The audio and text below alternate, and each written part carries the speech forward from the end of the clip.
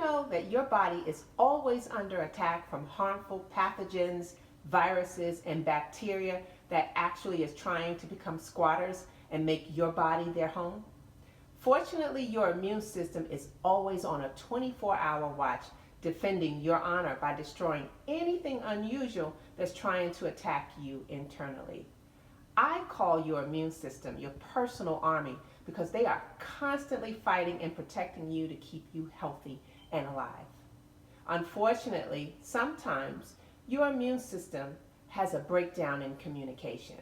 And when this happens, your immune system is unable to determine the good cells from the bad cells. And they actually start to destroy the good cells and they start to attack itself. When this happens, your body can fall prey to disease. This is what happens to your body when you experience alopecia. Your cells start to attack your hair follicle, causing them to fall out. Hi, I'm Debbie from Ask Debbie About Hair and the Changing Faces Hair Clinic. And today, we're going to talk about alopecia.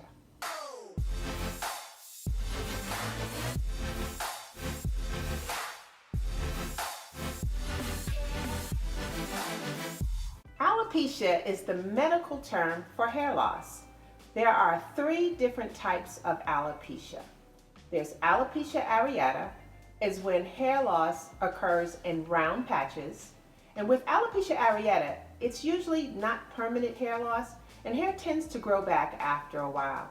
Then there's alopecia totalis, and this is when all of the hair on your scalp falls out. And then there's alopecia universalis, and this is when all of the hair on your entire body falls out.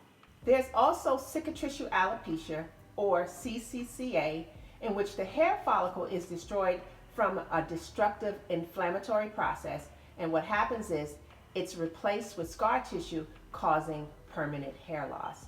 Now, none of these conditions are contagious, so you can't spread it to anyone.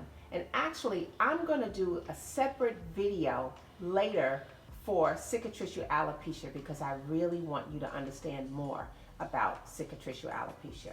Scientists are still baffled on what causes these conditions. However, some try to treat it with topical steroids and creams. And in my studies, I studied naturopathic therapy.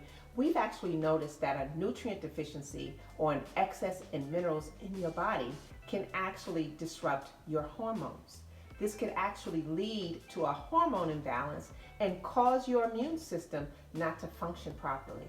Now, when I say a nutrient deficiency, I mean you may not have enough magnesium, iron, potassium, phosphorus, selenium, and copper, and that's just to name a few.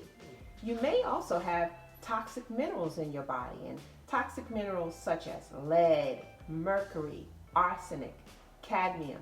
All of these can actually cause your immune system to break down.